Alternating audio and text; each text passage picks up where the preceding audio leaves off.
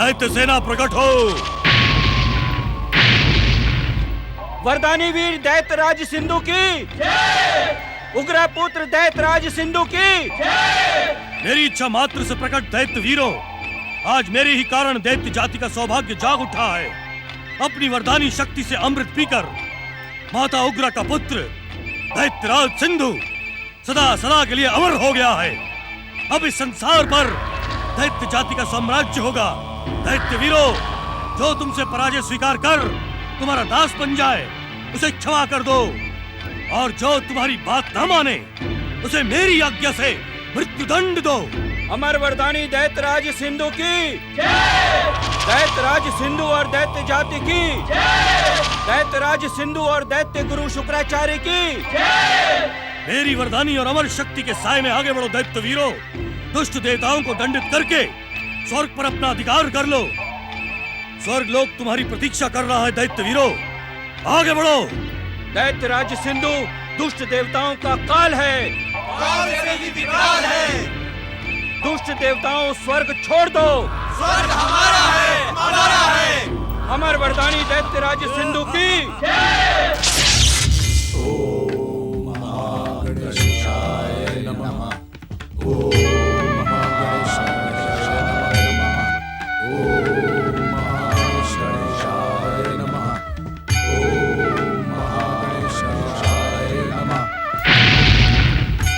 वरदानी वीर दैत्यराज सिंधु की उग्र पुत्र दैत्यराज सिंधु की वरदानी वीर दैत्यराज सिंधु की।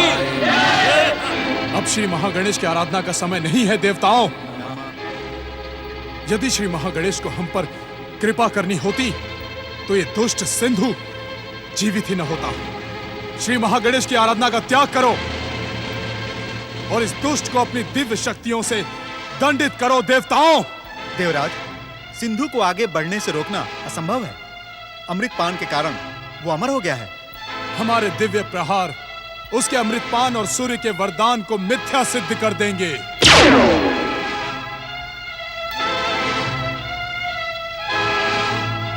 दुष्ट दैत्यों से साठगांठ करके सूर्यदेव ने हमारे साथ भयंकर छल किया है। तुम उसका षड्यंत्र नहीं समझोगे देवताओं। वो जानबूझकर हमें महागणेश की आराधना में व्यस्त करना चाहता था, जिससे दुष्ट शत्रु सिंधु दैत्य हमारे ध्यान का लाभ उठाकर स्वर्ग पर अधिकार कर सके। आपका अनुमान सत्य है देवराज। सूर्य देव को हम लोग कभी क्षमा नहीं करेंगे। सूर्य देव से पहले इन दुष्टों को ऐसा दंड दो कि भविष्य में स्वर्ग की ओर देखने का दुस्साहस भी न करें। वरदानी वीर दैत्यराज सिंधु की प्रहार।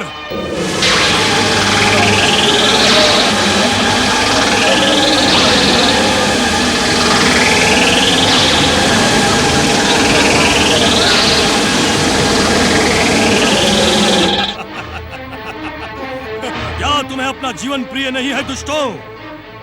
वरदानी अमर दैत्य वीर सिंधु के मार्ग में बाधा देकर तुमने अपनी दुर्दशा को आमंत्रित किया है।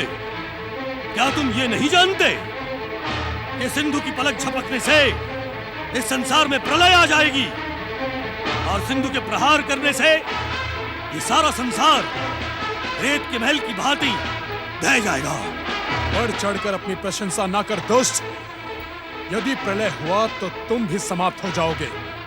शक्ति है तो हमारे प्रहार का सामना कर। पवन देव प्रहार।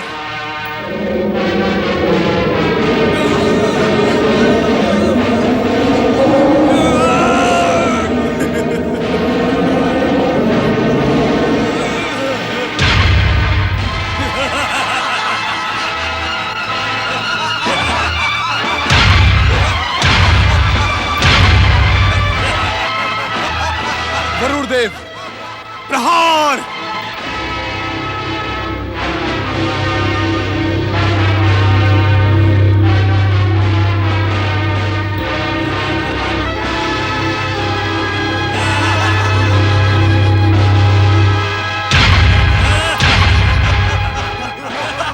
अग्निदेव प्रहार।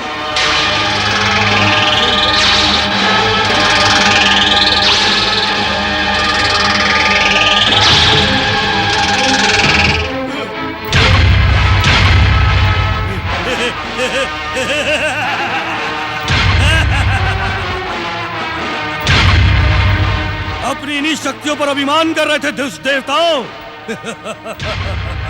देख, तेरे वायु के प्रहार मेरे लिए पुष्प बन गए, तेरे अग्नि के प्रभंजन गंध की माला बन गई। और जल मेरे चरणों को धो रहा है। दुष्ट देवताओं, अब तुम भी इन चरणों की शरण में आ जाओ, मैं तुम्हें जीवन दान दे दूंगा। ओम महागणेशाय नमः। ठहरे देवराज, ठहरे। आपने परमदेव श्री महागणेश की संकल्प की गई आराधना को छोड़कर उचित नहीं किया। अब आप सिंधु को स्वर्ग विजय प्राप्त करने से नहीं रोक सकते। परंतु नहीं देवराज, वरदानी और अमर सिंधु का मार्ग रोकने से आपके भविष्य में अंधकार छा जाएगा। उचित यही होगा कि आप इसे इस समय स्वर्ग की ओर जाने दें।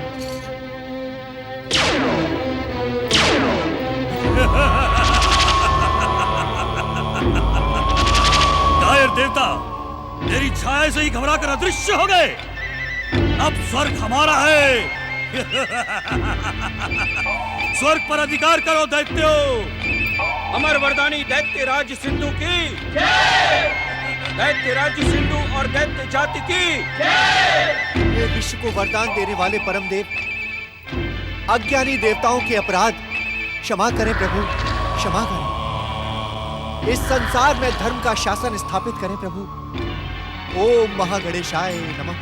ओम महागणेशाय नमः। ओम महागणेशाय नमः। ओम महागणेशाय नमः। ओम महागणेशाय नमः। ओम महागणेशाय नमः। ओम महागणेशाय नमः।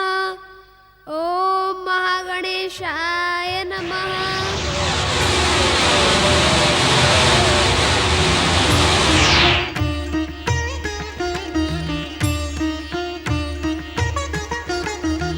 मयूरेश्वर, तुम अदृश्य क्यों हो?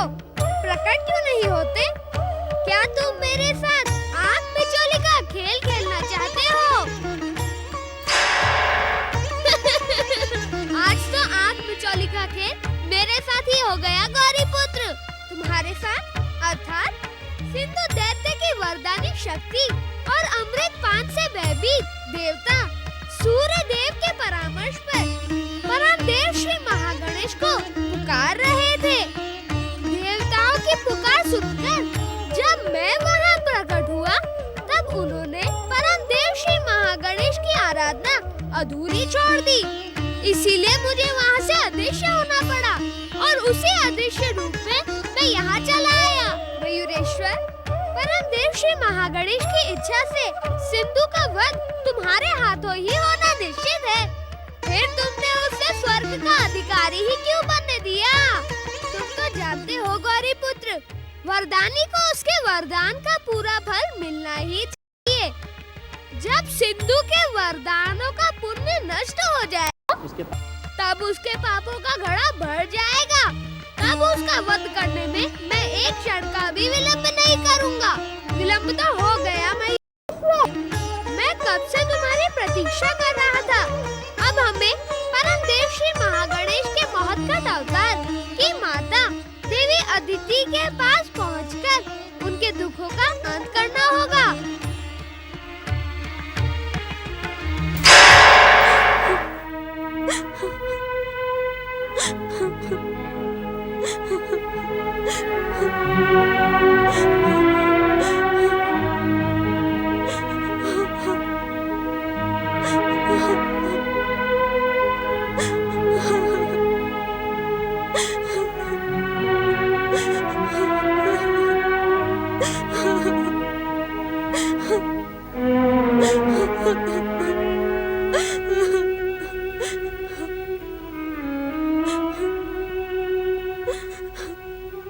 धैर्य धारण करो देवी अदिति।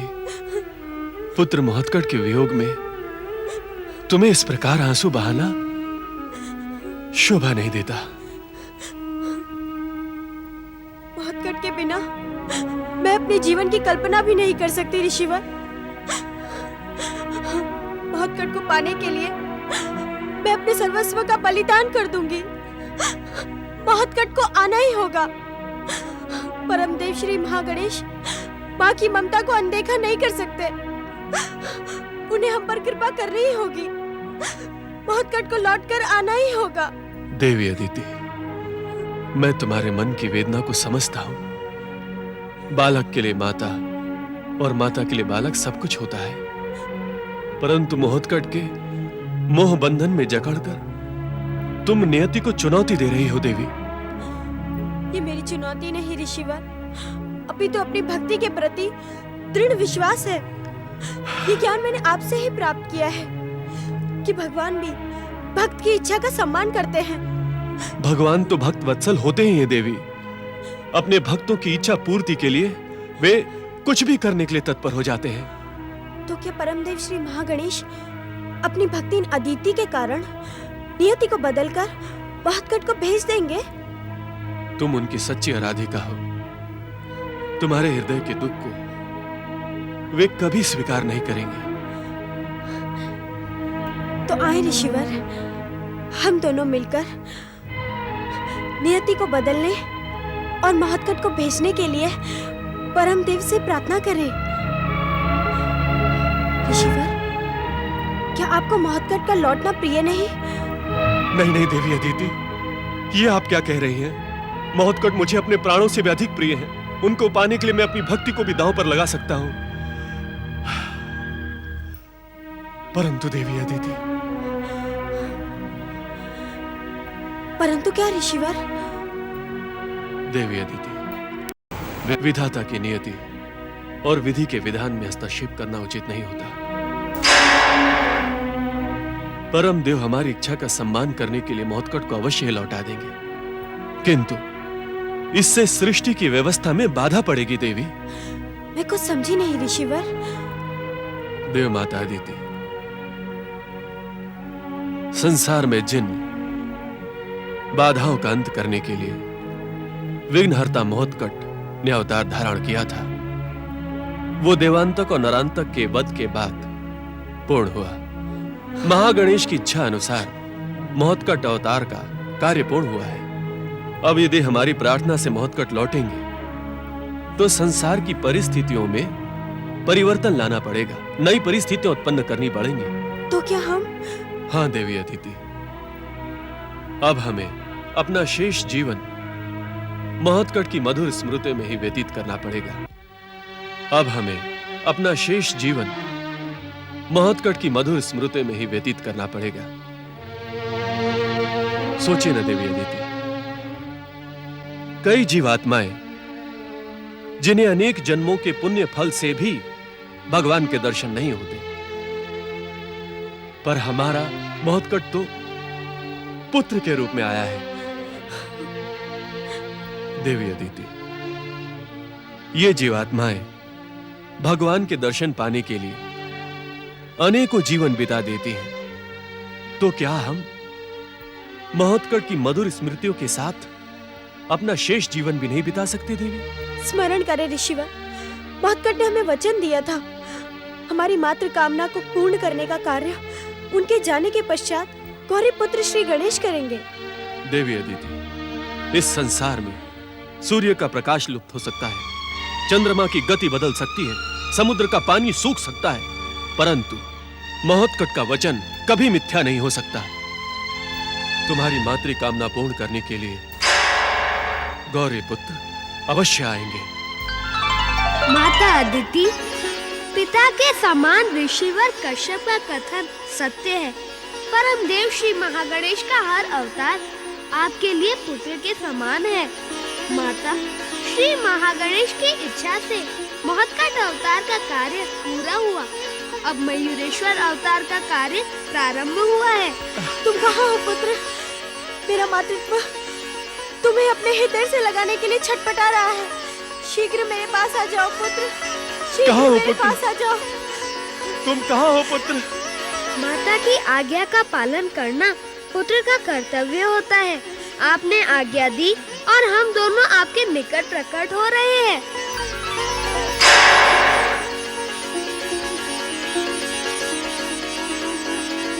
प्रणाम माताश्री, प्रणाम पिताश्री।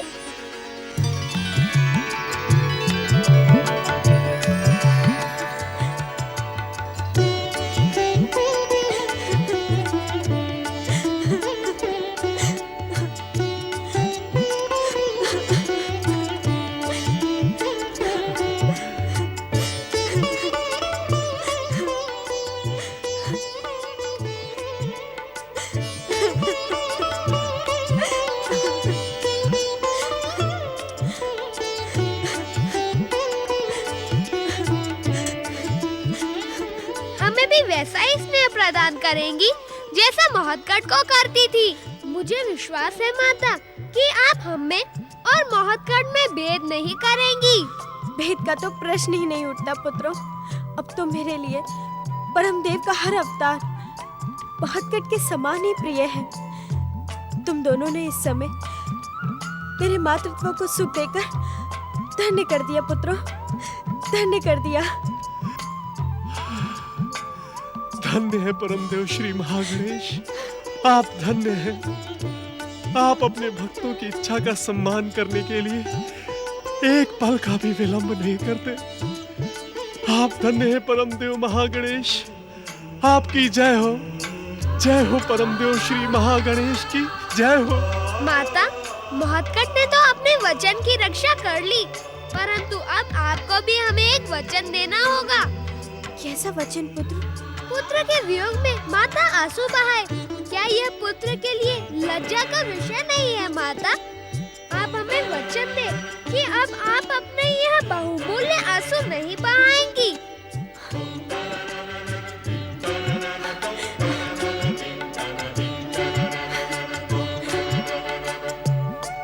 अब इन आंसुओं की आवश्यकता भी नहीं है पुत्रों, मैं वचन देती हूँ। मोहतकट के वियोग में ये आंसू अब कभी भी नहीं बहेंगे। अब तो मोहतकट की स्मृतियाँ और तुम दोनों का स्नेह मेरे जीवन की पतवार बनेगा।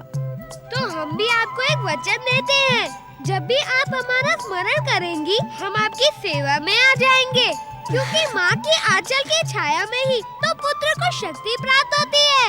मैं तुम दोनों के लिए मिष्ठान और फल लेकर आती हूँ। माता, अब आपके हाथों से भोजन करने का सौभाग्य हमसे दूर है। ऐसा क्यों पुत्र? अनर्थ हो गया पिताश्री, अनर्थ हो गया। भैयासुर के वरदान के कारण सिंधु दैत्य ने स्वर्ग पर विजय प्राप्त कर ली है। अपना दोष सूर्य पर क्यों मढ़ते हो पुत्र? मैं कुछ समझा नहीं माता। परमदेव श्री महागणेश की कृपा से हमें तुम्हारी पराजय का ज्ञान है पुत्र। तुम्हारी पराजय का कारण सूर्य का वरदान नहीं, अभी तो परमदेव श्री महागणेश की आराधना का त्याग है। जो व्यक्ति अपने संकल्प को तोड़कर जप तप और पूजा आराधना का त्याग करता है, उसे संकटों का सामना करना ही पड़ता है पुत्र।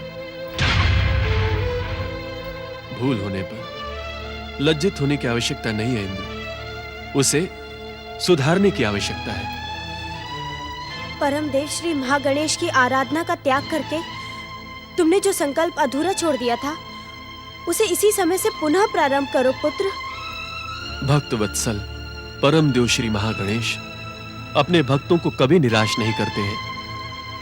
उनकी कृपा तुम पर अवश्य होगी पुत्र।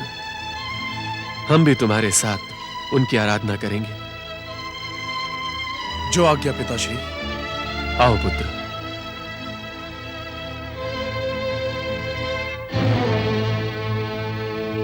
ओम महागणेशाय नमः। ओम परमदेवाय नमः। ओम विश्ववरदाय नमः।